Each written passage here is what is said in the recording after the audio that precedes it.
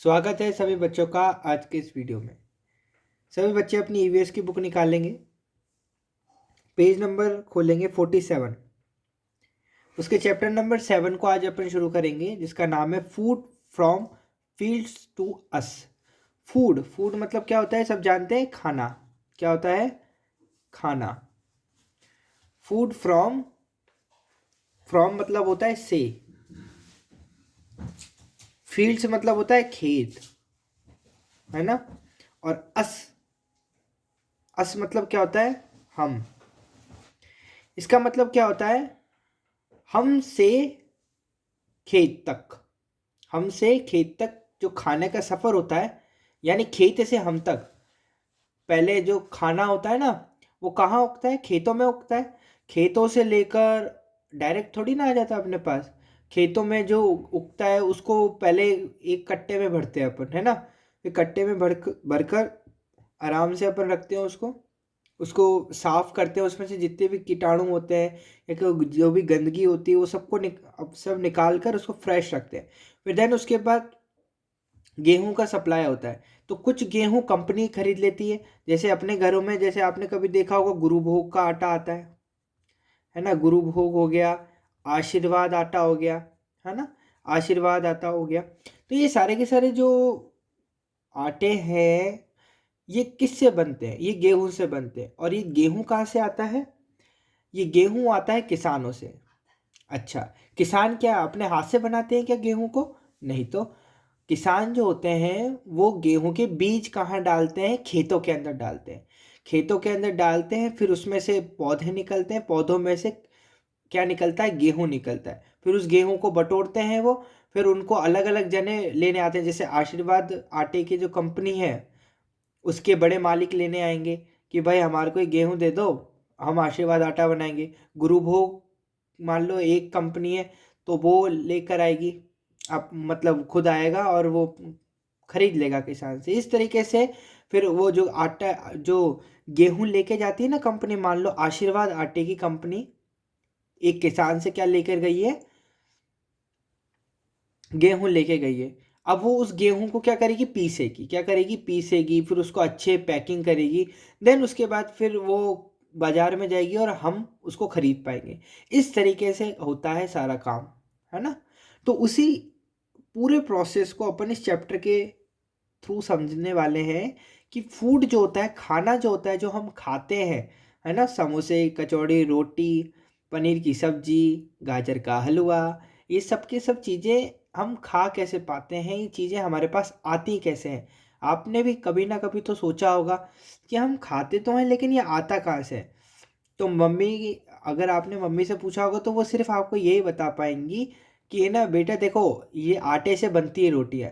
लेकिन वो आपको ये नहीं, अगर आपका दूसरा सवाल ये हो जाए, मान लो आपने सवाल पूछा कि मम्मी ये रोटियां कहाँ से आती हैं, तो मम्मी ने बोला कि कहाँ से आती है भाई? आटे से आती है। फिर आपने पूछा आटा कहाँ से आता है ना, तो मम्मी बताएंगे आटा कहाँ से आता है? गेहूं से आता है। फिर आप पूछो कि मम्मा गेहूं कहाँ से आते हैं, तो आप बोलोगे गेहूं आते हैं बीज से, है ना। और बीज कौन उगाता है? बीज उगाते हैं किसान भाई। किसान जो लोग होते हैं ना, यानी जिन्हें हम फार्मर्स कहते हैं। क्या कहते हैं? फार्मर्स होते हैं, वो किसान ही करते हैं, ठीक है। तो यही लिख रखा है इसके अंदर। अब देखो, यहाँ पर लिख रखा है the farmer and the fields. अब देखते हैं ये जो किसान भाई जो होते हैं, यानी फार्मर्स जो होते हैं, ये क्या करते हैं खेतों के अंदर? All varieties of food like fruits and vegetables, food, grains, pulses, oil seeds and spice are grown in the field by the farmers. यहाँ लिख रखा है फ्रूट यानी कि जो फल होते हैं, वेजिटेबल्स यानी सब्जियाँ, फूड ग्रेन्स यानी कि जो अपनी सब्जियाँ होती हैं, पल्सेस यानी कि दालें, स्पाइसेस, स्पाइसेस यानी मसाले, सभी के सभी ग्रोन होते हैं इन द फील्ड। किसमें? खेत में उगते हैं। किसके द्वारा? कौन उगाता है इनको? फार्मर्स उगाते हैं। This process is called cultivation. और ये जो प्रोसेस होता है, जो फार्मर दालें, स्पाइसेस और वेजिटेबल और फ्रूट्स इनको उगाता है, इस प्रोसेस को क्या कहते हैं? कल्टीवेशन कहते हैं। क्या कहते हैं? कल्टीवेशन कहते हैं। To grow this crops the farmers plus the field, then the seeds are sown. They can be sown manually or with the help of machines. The farmer is sprinkles fertilizers and pesticides on the crops from time to time to improve the quality of the soil and to protect the crops from pests. मतलब इसके अंदर ये दे रखा है, जो ये किसान होते हैं ये खेत में बीज कैसे उगाते हैं, या तो हाथ से उगाते हैं, ये जैसे खेत वो जो अपना वो नहीं होता क्या, फावड़ा गैती ये सब चलाओ, एक तो ये खोदो गड्ढा फिर उसके बाद है ना उसमें बीज डालो, ये सब काम करो। या फिर कुछ मशीन्स भी होती हैं, ये मशीन्स होती हैं ना, ट्रैक्टर होते हैं बड़े बड़े जिनके पीछे वो लगा देते हैं हार्वेस्टर, है ना। हार्वेस्टर यानी वो ऐसा होता है ना, ऐसा दिखता है कुछ ऐसे कर कर हाथ से, मतलब ऐसे यूँ चलता है वो, ऐसे कर, उसको हार्वेस्टर कहते हैं अपन। तो वो लगा देते हैं, है ना, इस तरीके से उगाते हैं वो। और उनकी देखभाल रखने के लिए, उनको कीड़ों कांटों से बचाने के लिए वो बहुत सारी तरह की दवाइयाँ भी होती हैं, वो भी छिड़कते हैं इसके अंदर। आगे लिख रखा है, now the field are irrigated when the crops grow they need to be protected from insects birds and animals. Unwanted plants called weeds are also to be removed. मतलब आपने देखा होगा कभी कभार, है ना, खेतों में क्या होता है, अपने पौधे जो अपन को चाहिए वो तो उगते ही हैं, उसके साथ साथ है ना कुछ फालतू के पौधे भी उग जाते हैं जो अपने काम के नहीं होते। कभी कभी आपने देखा होगा अपने घर के सामने भी, है ना, ऐसे ही अपने आप ही उग जाते हैं, अपन उनको उगाते थोड़ी ना, ऐसे कुछ पौधे होते हैं जिनको अपन उगाते नहीं है, फिर वो क्या हो जाते हैं, उग जाते हैं। तो ऐसे प्लांट्स को, ऐसे पौधों को बताऊँ क्या कहते हैं, वीड्स कहते हैं। क्या कहते हैं, वीड्स, WEEDS, है ना। This process is called harvesting. Harvested crops need to be stored properly in the granaries to protect them from insects and rodents. They are packed in sacks. तो बस अपन को इस चैप्टर के अंदर यही बताया है कि जो फार्मर्स होते हैं, जो फूड जो होता है ना अपना, जो फूड वो किस तरीके से आता है, तो मैंने आपको बताया थोड़ा सा। उसके बाद अपन को क्वेश्चन पे पढ़ना है ना। ये जो एक्सरसाइज है वो आपको अपनी कॉपी में करनी है। ये देखो लगा लो क्वेश्चन, पहले का आंसर है ये सी, है ना। ये सब लगा लो अपनी बुक के अंदर, सब लिख लो आराम से, इसको रोक लो, इसका स्क्रीनशॉट खींच लेना। हो गया ये काम। अब वो इसके बाद देखो, इसके पलट रहा हूँ मैं, इसकी फ़ोटो भेज दूंगा मैं, और या क्वेश्चन आंसर्स अभी बता देता हूँ मैं थोड़ी देर में। ये देखो, ये सब देख लो। अब मैं क्वेश्चन आंसर्स बता रहा हूँ, क्वेश्चन आंसर्स टिक कर लो सिर्फ, है ना। पहला है, why do we need food, यानी हमारे को जो फूड होता है वो हमारे लिए क्यों ज़रूरी है, बताओ। Why do we need food, बताओ हमारे लिए जो फूड होता है, खाना होता है, वो क्यों ज़रूरी है। पेज नंबर निकालो 47 पर इसका आंसर लिखा है। पेज नंबर 47 पर सबसे ऊपर आओ, लिखा है we all need food for survival, यानी हम सबको फूड की नीड है।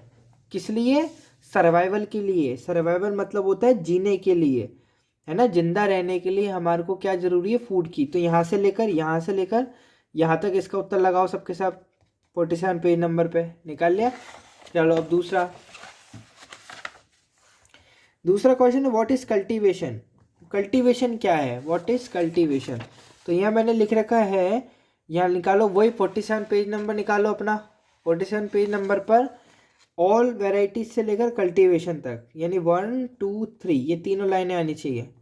1 2 3 यहाँ से लगाकर यहाँ तक, कल्टीवेशन तक, है ना, यहाँ से लगाकर यहाँ तक। और ये सब मैं पूछूंगा मैं, याद कर लेना सबके सब बच्चे। आगे तीसरे का आंसर लगाओ, why are fertilizers and insecticides used. Fertilizer और इंसेक्टिसाइड्स क्यों यूज़ की जाती थी। फर्टिलाइजर और इंसेक्टिसाइड इसलिए यूज़ करी जाती थी क्योंकि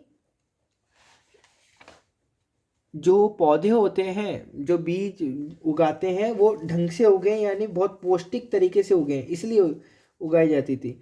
लिख रखा है तीसरे का, यहाँ से लगाओ, यहाँ से लेकर तीसरे का यहाँ से लेकर बिल्कुल नीचे तक, यहाँ तक पेस्ट तक, ये तीसरे का आंसर है। हाँ, चौथा देखो, what is meant by harvesting. Harvesting क्या होता है? हार्वेस्टिंग मैंने बताया था, जब जो क्रॉप्स होती हैं, जो फसलें होती हैं ना अपनी, वो पककर तैयार हो जाती है, जब उसको काटते हैं अपन, क्या करते हैं, काट कर उसको कलेक्ट करते हैं, तो वही प्रोसेस हार्वेस्टिंग कहलाता है।